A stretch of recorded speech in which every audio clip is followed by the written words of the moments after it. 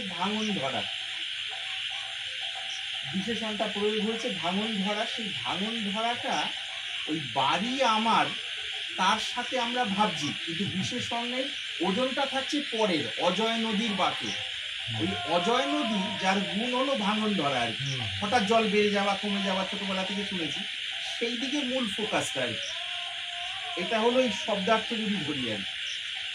আর যদি এখানে খানিকটা সংশয়ও থাকে তাহলে দুটো দিক দেখানোর বিষয় থাকবে। অজয় নদের ওই ব্যাপারটাও ভাঙনযুক্ত একটা ধস নামার ওই ব্যাপারটা থাকছে, আর ওই ঘর বাড়ির মধ্যেও সামান্য তার একটা আভাস আছে। এরকম যদি দেখানো যায় তাহলে দুটো দিকই কভার করে যাচ্ছে। হ্যাঁ, কনফিউশন থাকবে না। তাহলে কেউ যদি ওটা নিয়ে তর্ক করেন কোথায় বাড়ির বিষয় তো বলা হচ্ছে, বাড়ির বিষয় যে হালকা রয়েছে। আর আমরা ছোটবেলা থেকে জানি অজয় নদের জল যে কোনো সময় বেড়ে যায়, ধান ইত্যাদি ভেসে নিয়ে যায়, চর অনেক সময় ইয়ে হয়ে যায়, ভাঙার ব্যাপারটা হয় আর কি। সেটা মূল ভাব অর্থ হয়। সেই ভাব অর্থটাকে করে মূলত কথা যাচ্ছে ওই দিকেই, অর্থাৎ তীরের ভাঙনের বিষয়টা মূল। কিন্তু যদি সংশয় থাকে তাহলে তীরের ভাঙনের বিষয়টা রেখেও ঘর বাড়ির ভাঙনের এটা খানিকটা শো করে দেওয়া যায়, সেটা কভার করছে ওই ছবিতে। আর ওই ছবির কবিতার শেষের দিকে যখন ওই ঘরের ভাঙনের কথা এসছে, সেটা কিন্তু প্রথম দুটো লাইনে নেই। কারণ ভাব সম্প্রসারণের নিয়ম হলো যে দুটো লাইন তুলে দেওয়া হবে কেবল তার ভাব অর্থ ধরা হবে। আর কবিতার আগে পরের বিষয়টা তুলে নিয়ে এর মধ্যে ইয়ে করতে গেলে তাহলে টু দা পয়েন্ট হলো না, নাম্বার কম দেওয়া হবে নিয়ম অনুযায়ী, এক্সামিনারের যে মাপকাঠি সেই হিসাবে ধরা হচ্ছে। এটা গেল একদিকের বিষয়। কোনো এক সময়কার কথা, কোনো এক সময়, মানে আমি ছোটবেলায়, তুমি এখন কোন 7-এ পড়ছো তো, এই তোমারই ক্লাসের আশপাশে বোধ হয়, খুব সম্ভব 6 কি 7, বড় জোর 8 হবে কিনা জানি না আর কি, তা কম হতে পারে। ক্যারাম বোর্ড এক সময় খেলতাম মানে ওই ডিস্ট্রিক্ট লেভেলের খেলা আর কি, অফিসিয়াল 13 গ্রামের স্ট্রাইকার, তার মধ্যে আবার ওরকম হিসেব, তাতে আবার বহু চান্স পাওয়ার জন্য বহু রকম ইয়ে লাগে আর কি, হিসেব। সেগুলো আবার অনেক উঁচু স্তর পর্যন্ত ওয়ার্ল্ড লেভেলে খেলা যায়, নাকি ডিস্ট্রিক্ট লেভেল পর্যন্ত ওই স্তরের খেলা আর কি। হ্যাঁ সেম। হ্যাঁ আসুন, হ্যাঁ আসুন বাবা, জয়গুরু। হ্যাঁ বিশ্বনাথ একটু প্রসাদটাকে বাবার কাছ থেকে হাতটা ইয়ে করে বিভিন্ন জায়গায় বহু, তখনকার সময় প্রচুর প্রাইজ পেতাম আর কি। খেলে খেলে পারফেকশন এমন হয়ে গেছিল, নিজে 5 ঘন্টা একটা ক্যারাম বোর্ডে নিজে একা প্র্যাকটিস করতাম আর কি, কোনো প্লেয়ার থাকতো না। প্লেয়ারদের সাথে যেটা খেলা হতো আলাদা আর কি, বিভিন্ন জায়গায় বাড়িতে বা কোনো জায়গায় ফাঁকা জায়গায় পেলে 4 থেকে 5 ঘন্টায় একা নিজে প্র্যাকটিস করতাম আর কি। নতুন নতুন ধরনের খেলা আর কি, যেগুলো সিনিয়রদের দেখেছি সেগুলো করতে করতে আবার নতুন নতুন কিছু কিছু বেরোতো আর কি। অ্যাপ্লাই করতে করতে করতে করতে একটা সময় হলো। হ্যাঁ হ্যাঁ, সব ভালো তো? হ্যাঁ, এটা তাহলে পরে তো এই করতে করতে বিভিন্ন জায়গায়, এটা বলছি মোটামুটি ওই 90-এর দশকের আশপাশের কথা আর কি। তখনকার সময় 250 টাকা 500 টাকা যথেষ্ট দাম ছিল 90-এর দশকে। প্রাইস গুলো এরকম হতো আর কি, সাধারণ প্রাইস গুলো 500 টাকা ফার্স্ট প্রাইস, সেকেন্ড প্রাইস 300 টাকা, এইরকম বহু জায়গা থেকে পাওয়া হতো আর কি।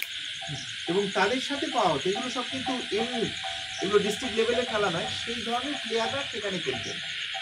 করতে করতে করতে করতে কোনো এক সময় এইরকমই একটা খেলার কম্পিটিশনে, মানে ব্যক্তিগত কম্পিটিশন আর কি, কোনো একটা ক্লাবে বাইরে বহু জায়গা থেকে প্রাইজ আনার পর ঠিক পাড়ার একদম বাড়ি থেকে 5-6টা বাড়ি দূরে আর কি, সেখানে ছোটবেলা থেকে খেলা শুরু করেছি, সেখানেই আমি সেমিফাইনালে হেরে যাই। সেমিফাইনালে হেরে যাই, ওইটাকেই পড়াশোনার, ওই যে পড়াশোনায় থেকে এদিকে বেশি ডুবে থাকার ব্যাপারটা আমার ছিল, ওইটা তখন ডুবে থাকার বিষয়। পড়াশোনা মোটামুটি করা, কিন্তু ওটাই নেশা, দিন রাত ওই ধ্যান জ্ঞান, এমনকি স্বপ্নতেও হয়তো ওইগুলো কিন্তু নতুন কিভাবে মার আবিষ্কার হচ্ছে আর কি।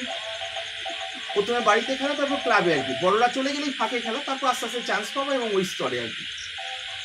এই করতে করতে করতে করতে করতে করতে একটা সময় ওই বাড়ির কাছে কাছেই হেরে যাবে, এবং খুব আশা ছিল যে ফাইনালে উঠবো।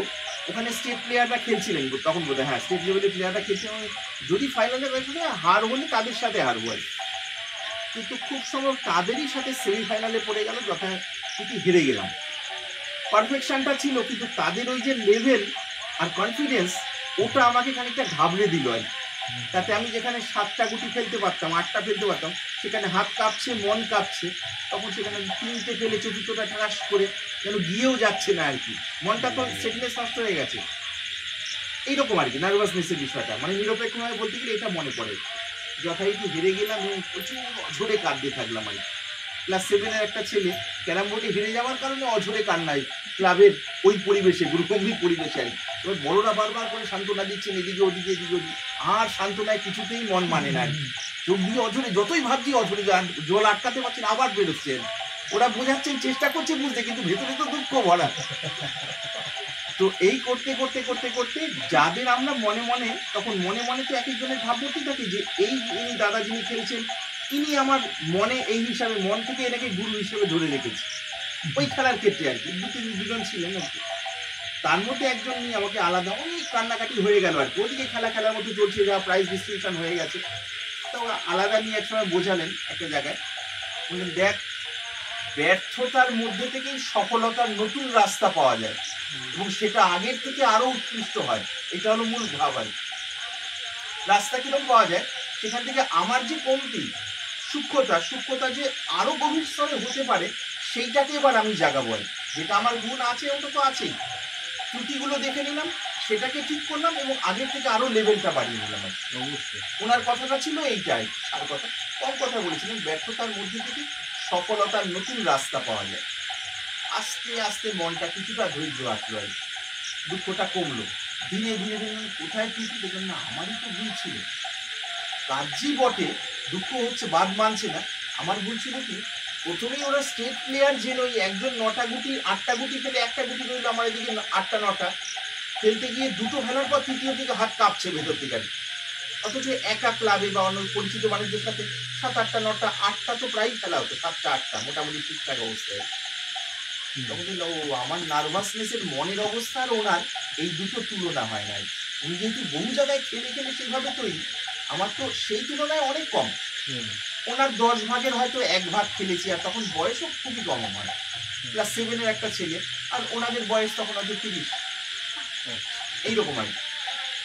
তো পরে আস্তে আস্তে আস্তে আস্তে ওটা এটা গেলে একদিকে। এবার মার্শাল আর্টসের যেটা ফিল্ড, যেটা নিয়ে দেশ বিদেশ ভারতের বাইরেও যাওয়ার প্রসঙ্গ হয়েছিল এবং যাওয়া হয়েছিল,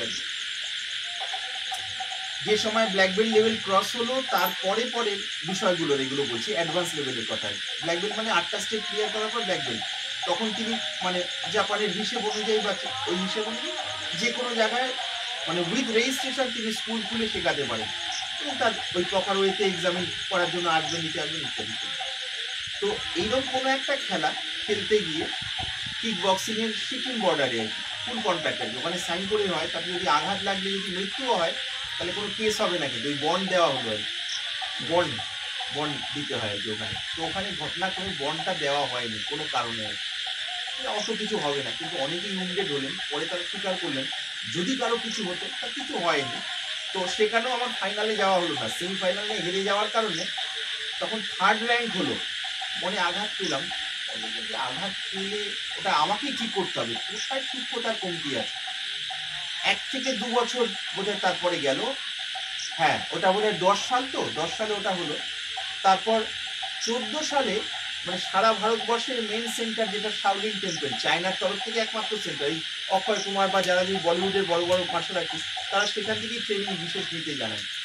শাওলিন টেম্পল নয়ডাতে আর কি, নয়ডা হলো দিল্লির ওখানে, নয়ডা মানে ইন্ডাস্ট্রিয়াল আর কি। তো সেখানে ওই শিক্ষার জন্য যাওয়া হলো, 15 দিনের একটা ট্রেনিং ছিল। তো 13 দিনের মাথায় ওখানকার যে সব থেকে বড় ফাইটার, তাকে ফাইটার বলেই ডাকতে হলো, একজন যিনি মাস্টার ছিলেন আর কি, তো তার সাথে ফাইট হলো আর কি, তার সাথে ফাইট হলো এবং মাঝখানে ওই 2 বছর গেছে, তখন নিজেকে ডেভেলপ করা হলো এবং ওই 13 দিনের মাথায় তার সাথে হলো। এবং যে সব থেকে আমরা ছিলাম সাধারণ, আর তিনি অনেক ভালো আর কি আমার থেকে। আর তখন আমি ওভার এজে খেলছি, আমার বয়স হয়ে গেছে তখন 32, 33, 34, আর এনার বয়স 21 কি 22, এনার্জি লেভেল কত পার্থক্য থাকবে, 21, 22 আর 33, 34। আমি এটা 2013-14 আশপাশের কথা বলছি আর। তো তাকে হারানো হলো, অর্থাৎ জেতা হলো আর কি। পরে তিনি আলাদা এসে জিজ্ঞেস করলেন, आप कहाँ से सीखा? कुछ खास सीखे नहीं, कोलकाता से सीखे। हमारे गुरु जी का नाम है सिफू तापस चक्रवर्ती, सिफू तापस चक्रवर्ती, सिफू বলা হয় মাস্টারজি, চাইনিজ। তো এটার পর বিশ্লেষণ করলাম, ওই যে হেরে গেলাম তখন আঘাত পেলাম, এটা জেতা হলো, এতে আলটিমেটলি কি হলো আমার, তখন যে কমতিগুলো ছিল, ওই আঘাতটাকে আমি নেগেটিভ নেইনি, আমি নিজের মধ্যে ভুল ত্রুটিগুলোকে, যেমন অন্যের ভুল ত্রুটি অন্যরা দেখে না, ঠিক এর মধ্যে দেখতেই লাগলাম, মানে এইগুলো তো আছে, সেই কারণে হেরে গেছি। এবার ওনার উপরে রাগ করে বা ওই সংস্থার উপরে রাগ করতে লাভ নেই। উন্নতি আমাকে যদি করতে হয় এই ফিল্ডে থেকে, তাহলে ওগুলোকে ঠিক করতে হবে এবং যতটুকু সম্ভব ঠিক হলো তার ফল ওই পরবর্তীকালে ওইটা দেখা গেল।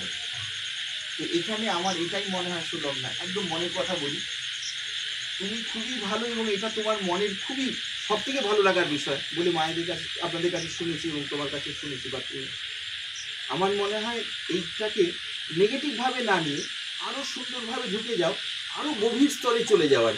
তখন আর মনে মনে যে এইগুলো প্রত্যেকটা জীবনের স্টেপ ছিল আর কি।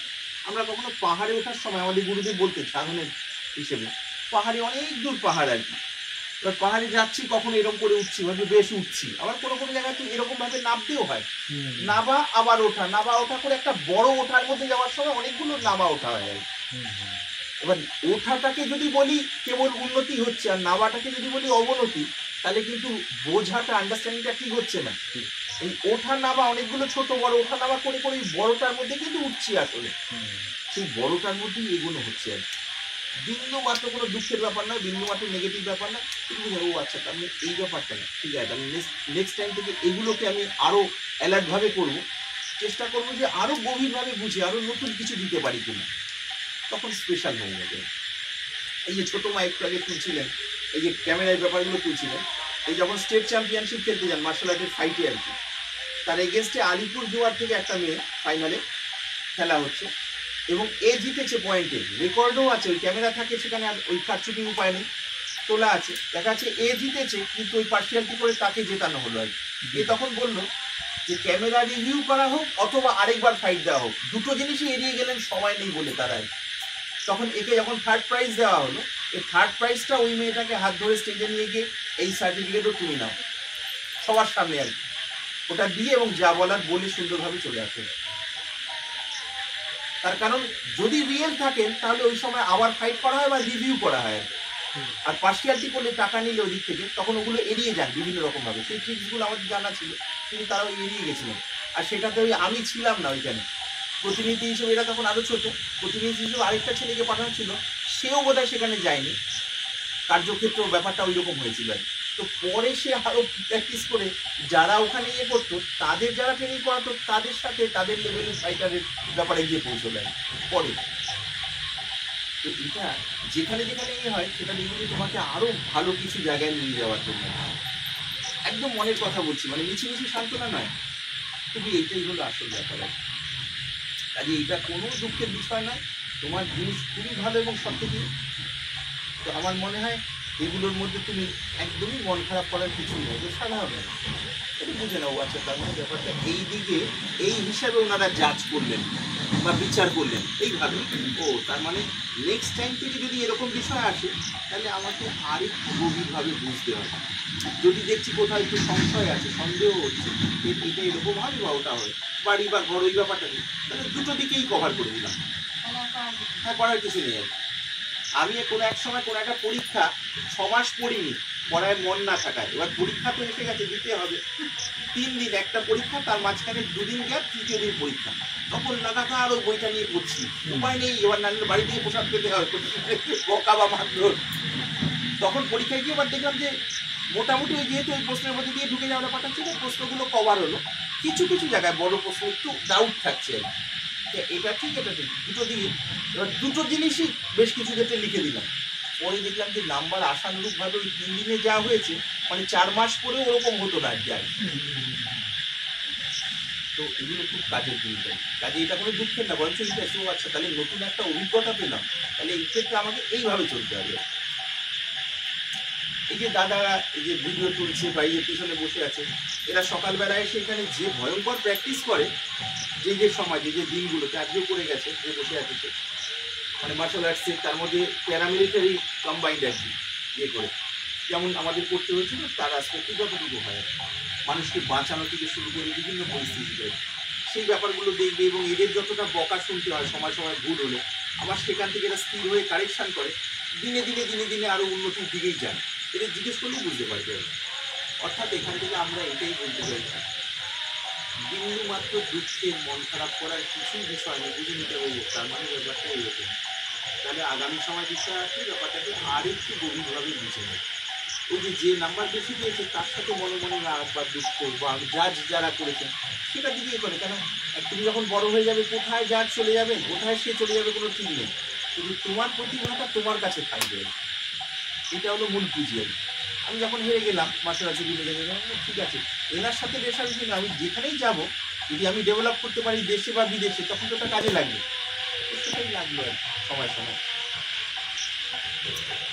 তো একদম মনের ওই দুঃখ বা মন খারাপ করার কোনো বিষয় নেই, একদম আসল ঘটনা বললাম। দেখবে তোমার যখন তুমি এখন তো ক্লাস 7, তুমি যখন আগামী 10 বছর বা আরেকটু পরে আগে যখন আরো সুন্দর বয়সে চলে যাবে এই তখন মা বা বাবা যখন খেয়াল করাবেন বা তোমার মনে পড়বে তুমি